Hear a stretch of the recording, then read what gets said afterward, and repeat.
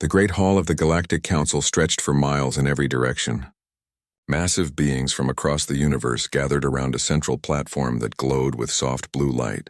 The air buzzed with the sound of 1,000 different languages being translated by the Council's advanced systems. Admiral Zexthara of the Zephyrian Empire floated above her seat, her energy form crackling with barely contained power. To her left sat Queen Vashtok of the Krillian Hive, her insectoid body surrounded by dozens of smaller drones that moved in perfect sync with her thoughts. Across from them, General Korth of the Void Stalkers stood motionless, his silicon-based form reflecting the chamber's lights like polished metal. "The reports are confirmed," announced the Council's AI system in a voice that echoed through every translator in the room. "The third planet of the Sol system has refused our terms." A wave of clicking, buzzing, and electronic sounds filled the chamber as the various species expressed their disbelief. For over 10,000 years, no primitive world had ever refused the Galactic Council's offer of civilization. The process was always the same. Arrive, demonstrate superior technology, offer membership in exchange for planetary resources, and watch as the local species gladly surrendered their world for a chance to join the greater galactic community. Admiral Zexthara's energy form pulsed brighter. "What exactly did these humans say in response to our generous offer?" The AI paused for a moment, processing the translation. The exact message was, "Thanks, but we'll keep our planet. Feel free to try and take it." The silence that followed was deafening. Queen Vashtok's drones stopped their constant movement for the first time in recorded history. General Korth's usually expressionless face somehow managed to convey confusion. "Did they not understand our terms?" asked Councillor Mirth of the Peaceful Republic, his tree-like form swaying slightly. "Perhaps their translation systems are too primitive to comprehend our offer." The translation was accurate, the AI confirmed. "They understood perfectly. They simply declined." General Korth stepped forward, his massive form creating tremors in the chamber floor. "Show us these humans. What manner of advanced warriors dare to challenge the combined might of the galaxy's greatest civilizations?" The chamber's central platform lit up with a holographic display of Earth. Images flashed across the surface showing human cities, human vehicles, and human technology. The assembled beings leaned forward to get a better look at their new enemy. What they saw made them even more confused. "These are the beings that defied us?" Admiral Zexthara's voice rose in pitch, causing several energy readings to spike across the room. "They still use chemical propulsion for space travel. Their weapons fire simple metal projectiles. They haven't even achieved faster-than-light communication." The hologram zoomed in to show humans going about their daily lives. Some worked in primitive factories. Others traveled in ground-based vehicles that burned fossil fuels. Children played in parks while adults gathered in groups to share food and conversation. "They're barely above the Stone Age," muttered Queen Vashtok, her mandibles clicking rapidly. "My worker drones have more advanced technology in their digestive systems than these creatures have in their entire civilization. Perhaps this is some kind of joke," suggested Councillor Mirth. "Maybe they don't truly understand what they're facing." The AI system displayed more data about humanity. "According to our scans, they have approximately 8 billion individuals spread across their planet's surface. They are divided into nearly 200 separate political groups that regularly engage in conflicts with each other. Their most powerful weapons are nuclear devices that they seem afraid to use. Their space presence consists of a few small stations and occasional trips to their planet's single moon." The laughter that erupted from the chamber shook the walls. Species that had conquered entire star systems found themselves unable to contain their amusement at the thought of these primitive beings challenging their authority. Admiral Zexthara wiped away what might have been tears if energy beings could cry. 8 billion individuals with no unified command structure, primitive weapons they're afraid to use, and technology that's thousands of years behind ours. And they think they can stand against us? "It's almost sad," agreed General Korth. "These humans clearly don't understand what real warfare looks like. They've probably never faced an enemy that could phase through their defenses, coordinate perfectly across vast distances, or survive the weapons they consider devastating." Queen Vashtok's drones began moving again, forming complex patterns around her. "My analysis indicates that this species suffers from a severe case of overconfidence, brought on by never facing a truly superior opponent." They likely believe their primitive nuclear weapons represent the peak of military technology. The council members spent the next hour reviewing Earth's military capabilities in detail. What they found only reinforced their initial assessment. Human armies moved slowly and relied on simple tactics. Their navies were confined to water surfaces. Their air forces used machines that would be considered toys by galactic standards, and almost feel sorry for them, said Counselor Mirth. They have no idea what's coming. Admiral Zexathara's form began to take on a more solid appearance as she prepared for action. The Zephyrian Empire will handle this personally. My phase ships can pass through any defenses they might construct. We'll demonstrate the futility of resistance and they'll surrender within hours. The Hive demands the right to participate, Queen Vashitok interjected. Our perfect coordination will show these scattered humans what true military efficiency looks like. General Korth's metallic voice boomed across the chamber. The Void Stalkers will contribute one battle group. These humans need to understand that their primitive weapons cannot harm truly advanced beings. The three military leaders began planning their joint operation with the casual confidence of beings who had never faced serious resistance. They discussed deployment strategies and coordination protocols while treating the upcoming battle more like a training exercise than actual warfare. How many ships should we commit to this operation? Asked Admiral Zexathara. Perhaps a dozen per fleet? Suggested Queen Vashitok. We don't want to waste resources on such a minor target. General Korth considered this. My people will send 5 ships, more than enough to handle whatever resistance these humans might offer. The AI system recorded their decisions and began preparing the necessary orders. Across the galaxy, 3 of the most powerful military forces began gathering what they considered an overwhelming force to deal with: humanity's defiance. None of them noticed the small detail buried deep in the intelligence reports about Earth. Humans, according to the data, had a remarkable tendency to respond to threats not with surrender, but with rapid technological advancement and increased unity. This trait had been observed but dismissed as irrelevant by the analysts who prepared the reports. After all, what could primitive beings accomplish when faced with the combined might of civilizations that had conquered thousands of worlds? As the council session ended and the various species began to depart, excitement filled the air. Many requested permission to observe the upcoming demonstration. It would be entertaining to watch these backward humans learn their place in the universe. Admiral Zexathara's final words echoed through the chamber as she departed. In 3 days, Earth will surrender.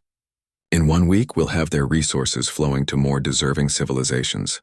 This will be the shortest war in galactic history. The Great Hall fell silent as the last council member left. Only the AI remained, processing the data and preparing the necessary documents for what its calculations suggested would indeed be a very quick war.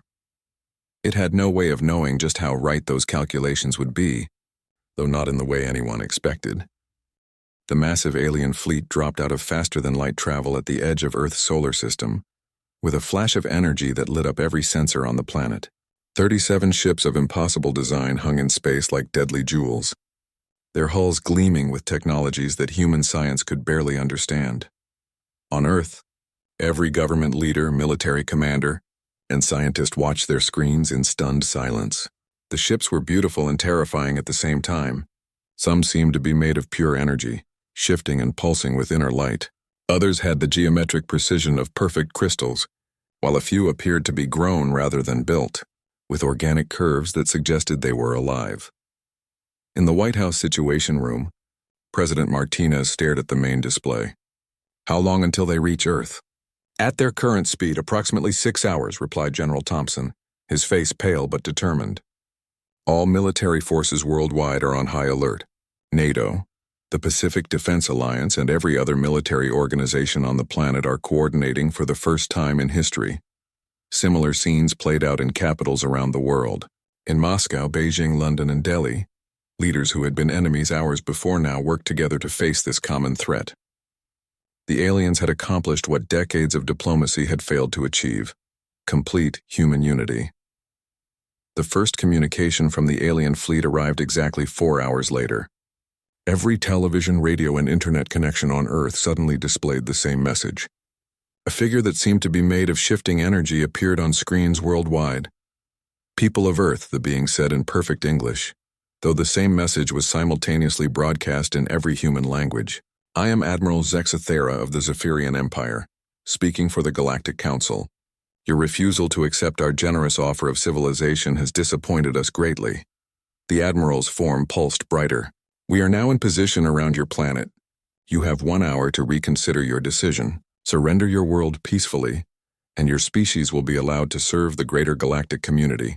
Continue your resistance, and we will be forced to demonstrate why the Galactic Council's authority extends across the universe.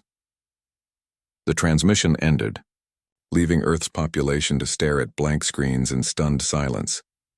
In underground command centers around the world, military leaders made final preparations. Missile batteries powered up. Fighter jets took to the skies. Naval fleets positioned themselves to defend major population centers. It was humanity's most desperate hour, and everyone knew their weapons were primitive compared to what approached them. The alien attack began exactly 1 hour later. Admiral Zexathara's energy ships phased into Earth's atmosphere like ghosts, passing through the planet's defenses as if they didn't exist. The beautiful vessels moved with fluid grace, completely ignoring the missiles and energy weapons that human forces fired at them. Direct hit on target Alpha, reported a radar operator in NORAD. No effect. The missile passed right through the ship. Similar reports came in from around the world. Human weapons seemed to have no effect on the energy-based Zephyrian vessels. The ships moved toward major cities, preparing to demonstrate their power with surgical strikes that would break human resistance without destroying the planet's useful resources. That was when the first surprise occurred. A team of scientists at MIT had been analyzing the alien transmissions since they first arrived. Dr. Sarah Chen, a quantum physicist who had been working on experimental frequency manipulation, suddenly realized something important about the alien ships. "They're not truly intangible," she shouted into her radio, broadcasting on all emergency frequencies. "They're shifting their molecular frequency to phase through matter. If we can match their frequency, our weapons will hit them." Around the world, engineers and scientists began frantically modifying their equipment. It was improvisation on a scale never before attempted, with teams in different countries sharing data in real time and building solutions from whatever materials they could find. The first success came from a modified radar array in Japan. The technicians had jury-rigged their equipment to broadcast on the same frequency they detected from the alien ships. When they fired a conventional missile through their modified field, it struck one of the Zephyrian vessels directly. The alien ship staggered in the air, its energy form flickering as alarms sounded inside its hull. Admiral Zexathera's voice crackled across her fleet's communication system. "How did they hit us?" "That's impossible. Their technology level should not allow frequency matching." But humans were already improving on their first success. Within hours, weapons around the world were being modified with frequency modulators built from parts cannibalized from radios, computers, and anything else that could generate the right energy signatures. Meanwhile, Queen Vashtok's Krillian hive ships moved into position for their part of the attack. The insectoid vessels approached in perfect formation, their coordination so precise that they moved like parts of a single organism. The hive's strategy was simple: use their perfect teamwork to overwhelm human defenses through superior tactics and flawless execution. They had not expected chaos to be a defensive strategy. Human forces around the world seemed to have no central coordination. Fighter jets from different nations attacked from random directions. Ground-based weapons fired in patterns that made no tactical sense. Naval forces moved in ways that violated every principle of military formation. The Krillian commanders found themselves unable to predict human movements. Every time they adapted to counter one attack, 3 more came from completely unexpected directions. Worse, human forces seemed to learn from every engagement, changing their tactics faster than the hive could process. "These beings fight without pattern," Queen Vashtok reported to her fellow commanders. "My drones cannot predict their movements because they appear to have no unified strategy." "That's because we don't," replied a human voice that suddenly broke into their communication channel. The aliens fell silent, shocked that primitive beings had somehow hacked their advanced communication systems. "This is Colonel Williams of the United States Air Force," the voice continued. "We're not fighting like you because we don't think like you. Every human pilot, every ship captain, every soldier is making their own decisions. You can't predict chaos because chaos can't be predicted. General Korth's Voidstalker ships chose that moment to join the battle. The massive silicon-based vessels opened fire with weapons that could shatter mountains and boil oceans. Their attack was designed to demonstrate the futility of resistance through overwhelming destructive power. The first barrage struck military installations around the world, causing massive explosions that lit up the night sky. Bases that had stood for decades were reduced to craters in seconds. Entire naval fleets vanished in flashes of alien energy. But instead of breaking human resistance, the attack seemed to make it stronger. Emergency broadcasts went out across all human communication networks. This is not a drill. This is not a test. We are at war for the survival of our species. Every human being is now a soldier. Every factory is now a weapons manufacturer. Every scientist is now working on one project: keeping humanity alive. The aliens watched in confusion as their devastating attack triggered not surrender, but an unprecedented mobilization. Factories that had been making civilian products began producing weapons. Scientists who had never worked together started sharing research. Military units from different countries began coordinating their efforts with an efficiency that seemed impossible for such a chaotic species. I don't understand. Admiral Zexthara reported to the Galactic Council. We've demonstrated our superior technology. We've inflicted significant casualties. Their military installations are in ruins. Why haven't they surrendered? The answer came in the form of human actions rather than words. Modified weapons began striking Zephyrian ships with increasing accuracy. Krillian vessels found themselves ambushed by human forces that seemed to appear from nowhere and disappear just as quickly. Even the mighty Voidstalker ships discovered that humans had somehow begun using their own weapons against them, turning captured alien technology into improvised defenses. The most disturbing development came when human forces began broadcasting captured alien communications back to the fleet. Scientists around Earth were not just listening to alien transmissions. They were decoding them, understanding them, and learning to replicate them. "Attention, alien fleet," came a broadcast from Earth in perfect Zephyrian energy speak. "This is Dr. Chen of MIT. Thank you for the technology demonstration. We've learned a lot in the past 6 hours. Please prepare for our response." What followed was humanity's first counterattack. Modified missiles struck alien ships with frequencies that disrupted their energy matrices. Human aircraft attacked in patterns so chaotic that Krillian coordination systems crashed trying to process them. Ground-based weapons that had been built in garages and laboratories began targeting Voidstalker ships with surprising effectiveness. For the first time in galactic history, a primitive species was not just defending against advanced technology but actively fighting back with weapons that shouldn't have been possible to create. Admiral Zexthara stared at her damage reports in disbelief. How are they doing this? They've been in combat for less than a day, and they're 3 weeks after the first alien attack. Earth had become a planet transformed. Every major city now hummed with the sound of constant production. Factories that once made cars now built spacecraft. Electronics manufacturers produced targeting systems. Even clothing factories had converted to making protective gear for human soldiers. In Geneva, the newly formed United Earth Defense Council met in continuous session. Representatives from every nation on Earth sat around a massive table, their old disputes forgotten in the face of extinction. President Martinez looked tired but determined as he addressed the assembly. "The latest reports show remarkable progress," he announced. "Thanks to captured alien technology, our scientists have made breakthrough discoveries in energy manipulation, material science, and propulsion systems. We're not just defending anymore, we're preparing to take this fight to them." Dr. Sarah Chen stood to present her team's latest findings. Behind her, holographic displays showed human ships that looked nothing like anything Earth had produced before. They were sleek vessels that combined human engineering with alien technology. But somehow they looked more advanced than either source. "We've successfully reverse-engineered Zephyrian phase technology," she reported. "But our version is better. Where the aliens can only phase through solid matter, our ships can phase through energy attacks as well. We've also improved Krillian coordination systems by adding human unpredictability algorithms." A general from the Russian Federation raised his hand. "What about the Voidstalker weapons? Have we made progress on those?" Dr. Chen smiled. That's where things get interesting. The aliens design their weapons to destroy. We've redesigned them to build.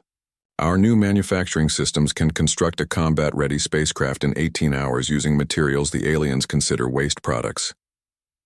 Around the table, military leaders exchanged amazed glances.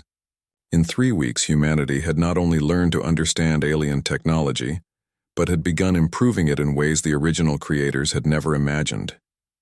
Meanwhile, in orbit around Earth, Admiral Zexathera faced her own problems. The easy conquest had become a nightmare of constant attrition. Human forces struck at her fleet daily, using tactics that seemed to violate every principle of warfare she understood. "Report," she demanded from her tactical officer. "We've lost 6 ships in the past week," the officer replied, his energy form flickering with stress. "Human forces appear to be using captured Zephyrian technology, but their modifications make no sense. Their ships can phase through our energy weapons, but our sensors indicate this should be impossible." Admiral Zexathera studied the battle reports with growing confusion. How can primitive beings improve technology that took us millennia to develop? "Perhaps they're not as primitive as we thought," suggested her science officer. "Analysis of their modifications shows engineering principles we've never encountered. They seem to approach technology differently than any species in the galaxy." The truth was more disturbing than the aliens could imagine. Humans didn't just copy alien technology. They understood it, questioned it, and then made it better. Where alien engineers followed established principles, human engineers asked why those principles existed and whether they could be improved.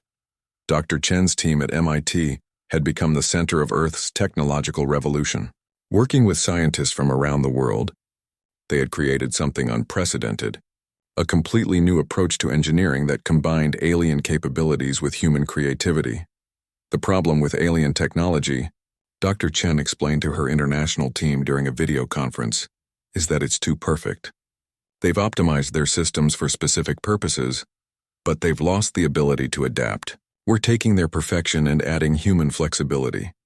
In Tokyo, Japanese engineers had modified Krillian coordination systems to work with human pilots. Instead of perfect synchronization, they had created adaptive synchronization that allowed human forces to coordinate while maintaining their natural unpredictability.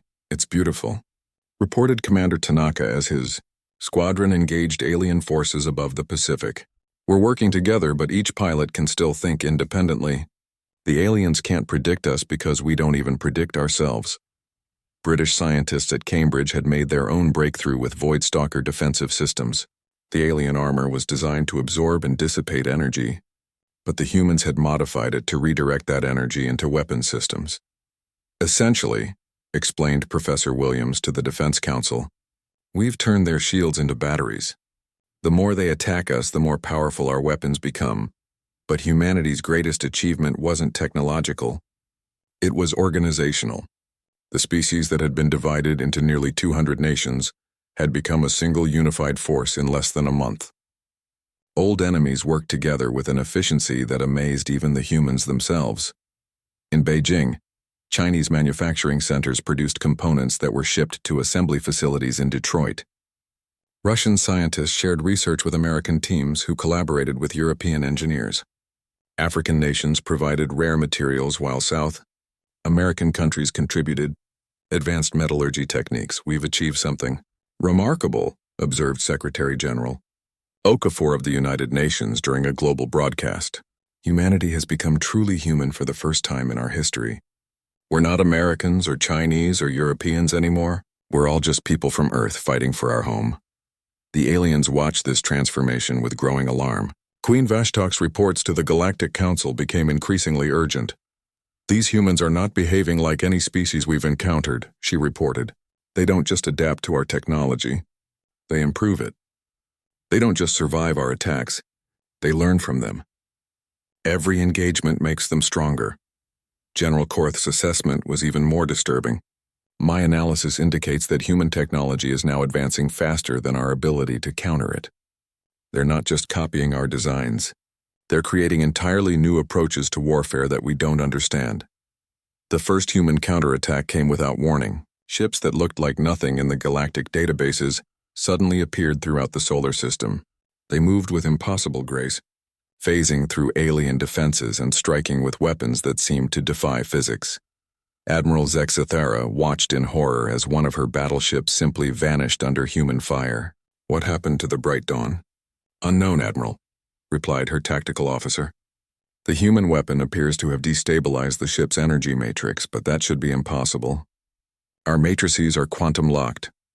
"Apparently," came a human voice over their communications. "Quantum locks work both ways. This is Captain Rodriguez of the Earth Defense Ship Unity. Your ship has been safely transported to our research facility. Don't worry. Your crew is unharmed. We just wanted to study your engineering." The casual tone of the human captain was perhaps more terrifying than any threat could have been. The aliens were beginning to realize that humans didn't just fight to destroy their enemies. They fought to understand them. More human ships appeared throughout the system, engaging alien forces with tactics that seemed impossible. They coordinated like the Krillian hive, but maintained individual initiative. They phased like Zephyrian vessels, but could also become solid at will. They absorbed damage like Voidstalker ships, but redirected that energy into increasingly powerful attacks. "How are they doing this?" Admiral Zexithara demanded during an emergency conference with her fellow commanders. "They're fighting like us," Queen Vashitok replied, her mandibles clicking rapidly. "But they're also fighting like themselves. They've taken our greatest strengths and combined them with something we don't understand." General Korth's metallic voice carried a note of something that might have been respect. "They've weaponized adaptation itself. Every attack we make teaches them something new. Every defense we deploy becomes a puzzle for them to solve." The most shocking development came when human ships began appearing outside the solar system. Earth's primitive species had somehow developed faster than light travel in a matter of weeks, using principles that combined all three alien technologies into something entirely new. "Attention Galactic Council forces," came a transmission from the lead human vessel. "This is Admiral Chen of the Earth Defense Fleet. We're here to discuss the terms of your surrender." The silence that followed was deafening. For the first time in galactic history, a primitive species was demanding the surrender of advanced civilizations. "You're surrounded," Admiral Chen continued. "Our ships are faster than yours. Our weapons are more advanced and our defenses are impenetrable. But we're not here to destroy you. We're here to understand you." Queen Vashitok found her voice first. "What do you want?" "Knowledge," Admiral Chen replied simply. "You came to our world to teach us our place in the universe. Well, we've learned.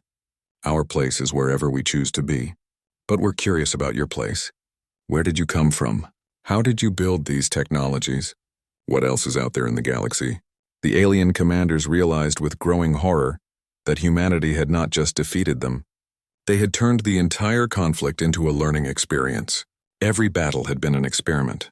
Every captain already adapting to. The emergency session of the Galactic Council was unlike any in the organization's 10,000-year history. Representatives from over 100 civilizations gathered in the Great Hall, their voices creating a cacophony of fear, anger, and disbelief. The holographic display at the center of the chamber showed a tactical map that would have been impossible to imagine just months earlier. Human ships now occupied 17 different star systems. Council Chancellor Mordun, an ancient being whose species had founded the galactic government millennia ago, called for order with a voice that resonated through every translation system in the chamber. "The situation reports are confirmed," the Chancellor announced. "The humans have not only repelled our forces, but have begun what can only be described as a galactic offensive. They have established bases and systems that have been under Council protection for thousands of years." Admiral Zexithara materialized at the center of the chamber, her energy form dim and flickering with exhaustion. Behind her appeared Queen Vashitok and General Korth, both bearing the unmistakable signs of prolonged combat stress. "Honored Council," Admiral Zexithara began, "I must report the complete failure of our initial assessment. These humans are not the primitive species we believed them to be." "Explain," demanded Councillor Thex of the Rigel Confederation. "How does a species with no faster-than-light capability suddenly appear across the galaxy?" General Korth stepped forward, his usually perfect metallic form showing signs of battle damage. "They don't fight like any species in our databases. Every engagement teaches them something new. Every captured ship becomes a research laboratory. Every defeat becomes fuel for innovation." The chamber erupted in angry voices. Species that had conquered hundreds of worlds could not accept that primitive beings had outmaneuvered them, but Queen Vashitak's next words silenced everyone. "They've done something we thought was impossible," she said, her mandibles clicking nervously. "They've improved our technology. Not just modified it or adapted it, but actually made it better than the original designs." She gestured, and the chamber's display showed footage from recent battles. Human ships moved through space with fluid grace, using Zephyrian phase technology but somehow remaining solid enough to fire weapons. They coordinated like Krillian vessels but maintained individual initiative that made their actions unpredictable. They absorbed damage like Voidstalker ships but redirected that energy into attacks that grew stronger with each hit. "This should not be possible," whispered Counselor Yenth of the Crystal Hegemony. "Our technologies took millions of years to develop. They cannot be improved by primitives in a matter of weeks." Admiral Zexathera's form brightened with bitter energy. "That's what we thought. But these humans don't think like us. Where we see perfection, they see potential for improvement. Where we see established principles, they see suggestions." The display shifted to show captured footage from inside human research facilities. Beings from Earth worked alongside captured alien technology, but they weren't simply copying designs. They were taking them apart, understanding the principles behind them and rebuilding them according to human logic. "Watch this," General Korth said grimly. The footage showed a human scientist examining a Voidstalker power core. Instead of trying to replicate it exactly, the human began modifying the design, adding components that made no sense according to galactic engineering principles. The result was a power source that produced twice the energy output of the original. "How?" demanded Chancellor Morden. "They ask questions we never thought to ask," Queen Vashitak replied. "Our scientists spent millennia perfecting the hive coordination system. Human engineers took one look at it and asked why we needed perfect coordination instead of adaptive coordination. Their version allows independent thought while maintaining group effectiveness." The chamber fell silent as the implications sank in. These humans weren't just copying advanced technology, they were evolving it in real time. "There's more," Admiral Zexthera continued. "They've captured over 40 of our ships, including 3 Council flagships. But they haven't destroyed them. They've turned them into research laboratories. Every vessel we lose makes their next generation of ships more advanced." Counselor Mirth of the Peaceful Republic raised his tree-like form. "Surely they must have weaknesses. No species can advance this rapidly without making critical errors." General Korth's laugh was like grinding metal. "Their weakness is also their strength. They never stop changing. Just when you think you understand their tactics, they develop new ones. When you adapt to their technology, they've already moved on to something better."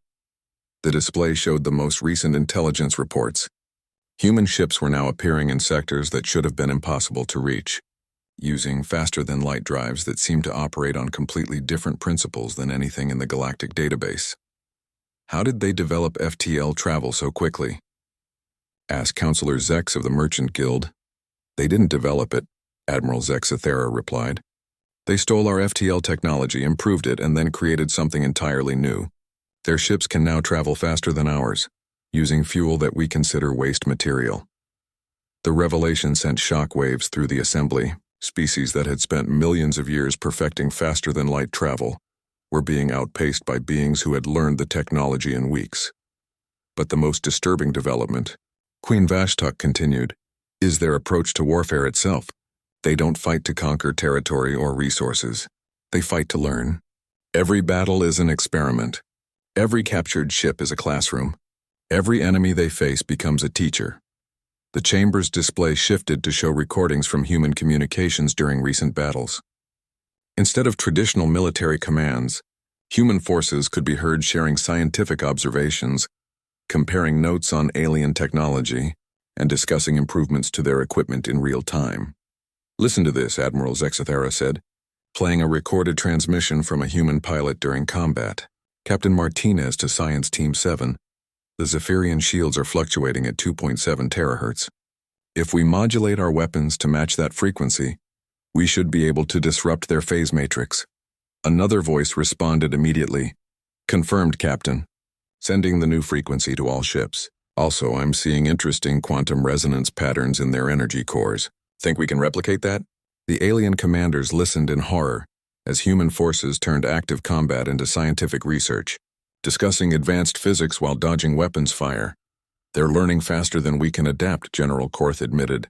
By the time we develop countermeasures for their current technology, they've already moved on to something we can't even understand. Chancellor Morden stood slowly, his ancient form showing the weight of this revelation. What are their current capabilities?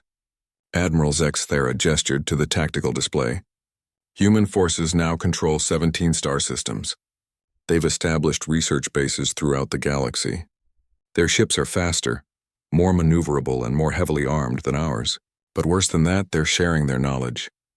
The display zoomed in to show human ships meeting with vessels from other species, not conquered peoples, but civilizations that had voluntarily allied with Earth after witnessing human capabilities. The Altarian Republic has joined them, Queen Vashtok reported. So have the Vegan traders and the Centauri Federation. They're not conquering the galaxy. They're recruiting it. Counselor Thex's voice rose in panic. How can primitive beings convince advanced civilizations to ally with them? Because they offer something we never could, General Korth replied. They offer improvement. Every species that joins them gets access to technology that's better than what they had before. The humans take existing designs and make them better.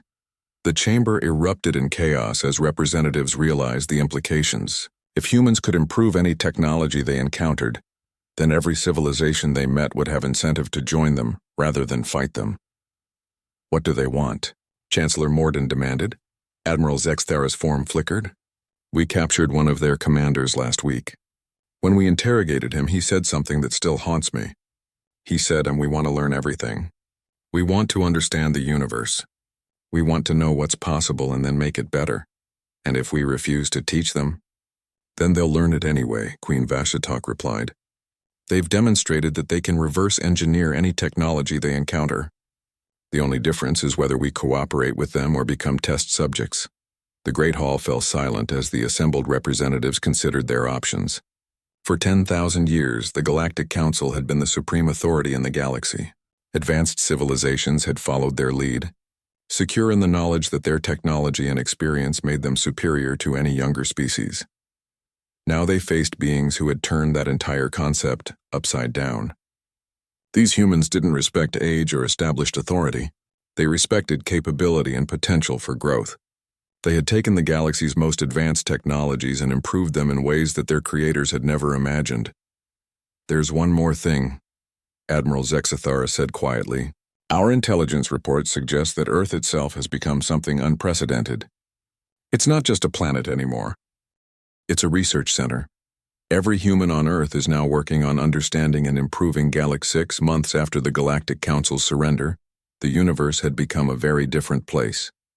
The old order that had ruled for 10,000 years was gone, replaced by something unprecedented. A galactic civilization built around the principle of constant improvement rather than static authority. Admiral Sarah Chen stood on the bridge of the Earth defense ship Endeavour, watching through the view screen as construction continued on humanity's greatest project. The new space station hung in orbit around Earth like a metallic flower, its petals extending in all directions. Each section housed research teams from different species, all working together under human coordination. Status report, Admiral Chen requested. Commander Williams, her second in office, consulted his displays. The Altarian integration project is ahead of schedule. Their crystal-based computing systems have been successfully merged with our quantum processors. The result is a computer core that's approximately 40 times more powerful than either technology alone. And the Zephyrian energy research? Dr. Patel's team has created stable energy beings using modified Zephyrian technology. They're calling them energy avatars. Essentially, humans can now exist as pure energy while maintaining their consciousness and personality. Admiral Chen nodded with satisfaction. What about the Krillian Hive project? That's where things get really interesting, Commander Williams replied. The volunteer test group has successfully established a partial hive connection. They can share thoughts and coordinate perfectly when needed, but they retain individual consciousness and decision-making ability. It's like having the best of both worlds. Through the view screen, Admiral Chen could see ships from dozens of different species arriving and departing from the station. The vessels themselves told the story of humanity's impact on the galaxy. Where once each species had maintained distinct technological styles, now every ship showed signs of cross-species collaboration and human-inspired improvements. In the station's main conference room, representatives from over 200 civilizations gathered for the daily coordination meeting. At the head of the table sat Dr. Sarah Chen, now serving as Director of Galactic Research Coordination. Her role was simple: help every species in the galaxy become better than they had ever been before. Today's agenda includes 17 new technological integration projects, Dr. Chen announced to the assembled beings. The Rigel Confederation has requested assistance improving their terraforming technology. The Crystal Hegemony wants to explore combining their matter manipulation abilities with human adaptive engineering. And the Peaceful Republic has asked for help developing defensive systems that can protect their worlds without requiring weapons. Around the table, beings that had once been enemies now worked together with an enthusiasm that amazed even the humans who had made it possible. The secret wasn't just human technology. It was the human approach to problems. Where other species saw limitations, humans saw opportunities for improvement.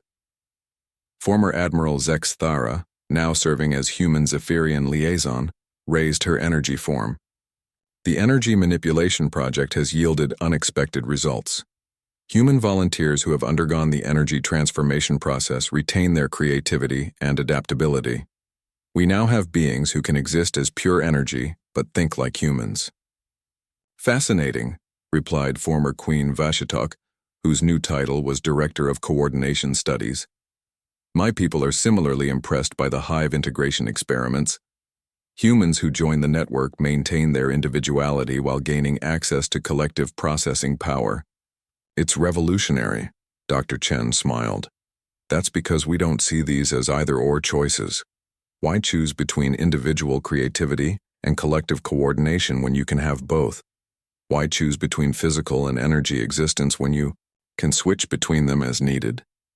The philosophy that had driven humanity's rapid advancement was now spreading throughout the galaxy. Every species was discovering that their perceived limitations were actually opportunities for growth and improvement. But the most significant changes were happening beyond the core systems, where human exploration fleets had begun making contact with civilizations at the very edge of known space. These encounters were unlike anything in galactic history. Captain Rodriguez stood on the bridge of the exploration vessel Pioneer as his ship approached an unknown star system. His crew included humans, reformed Zephyrians, cooperative Krillians, and volunteers from a dozen other species, all working together with the easy efficiency that had become humanity's signature. Contact ahead, reported Lieutenant Tam, a human-Altarian hybrid whose crystal-enhanced neural system could process data faster than any computer. Detecting artificial structures around the fourth planet. Energy signatures suggest an advanced civilization. Are they responding to our communications? Captain Rodriguez asked.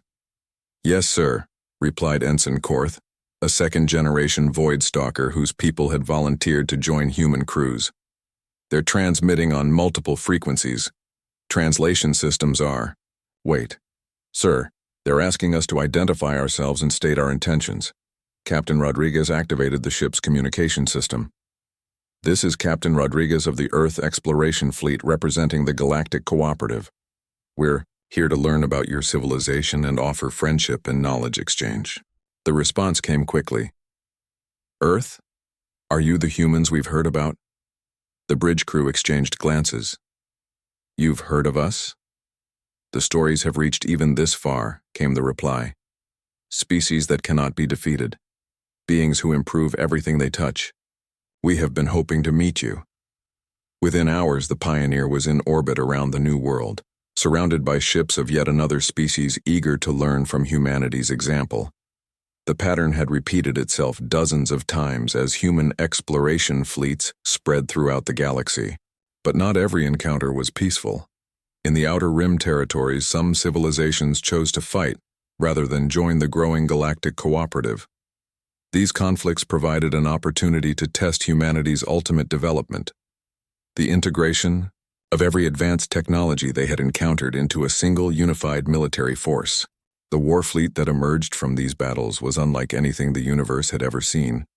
ships that could phase through attacks while simultaneously existing in multiple dimensions, crews that combined individual human creativity with collective alien processing power, weapons that improved themselves during combat by analyzing enemy defenses and automatically adapting. Admiral Chen received reports from these conflicts with a mixture of satisfaction and sadness. "How did the engagement with the Shadow Empire conclude?" she asked during a security briefing. General Thompson, now commanding the integrated military forces, provided the update. Total victory in approximately 4 hours. Their stealth technology was impressive, but our hybrid sensor systems could track them through 17 different dimensional phases. When they realized they couldn't hide from us, they requested negotiations. Casualties? None on our side. Minimal on theirs. We've developed non-lethal weapons that can disable any technology we've encountered. The Shadow Empire's survivors have requested membership in the cooperative. It was always the same pattern. Species that chose to fight discovered that humanity had learned from every previous conflict, integrated every captured technology, and developed countermeasures for every possible threat. But more importantly, they discovered that humans didn't fight to destroy. They fought to understand and ultimately to improve their opponents. The psychological impact on hostile civilizations was devastating. How do you fight an enemy that becomes stronger from every attack, learns from every defense, and treats warfare as an educational opportunity? Back on Earth, the changes were even more dramatic. The planet that had once been divided into nearly 200 nations was now a single unified research center. 8 billion humans worked together with their alien partners on projects that pushed the boundaries of what was possible. Dr. Chen walked through the laboratories beneath MIT, now expanded into a complex that stretched for miles underground. In one section, human Zephyrian hybrids worked on energy manipulation techniques that could power entire star systems. In another, human Krillian teams developed coordination systems that could link the minds of billions of beings across galactic distances. "Status report on the Dimensional Exploration Project," she requested from Dr. Patel, who had successfully transformed himself into an energy being while retaining his human consciousness. "We've successfully opened stable portals to 17 parallel dimensions," Dr. Patel reported, his energy form pulsing with excitement. "Each dimension contains variations of galactic civilization with different technological approaches. We're learning from all of them." "And the time manipulation research?" "Breakthrough achieved yesterday," replied Dr. Martinez, whose crystal-enhanced brain could process temporal mathematics in real time. "We can now accelerate research and development by conducting experiments in accelerated time fields. What used to take years now takes days." It was this relentless pursuit of improvement that had transformed humanity from a primitive species into the galaxy's dominant force in less than a year. But dominance was never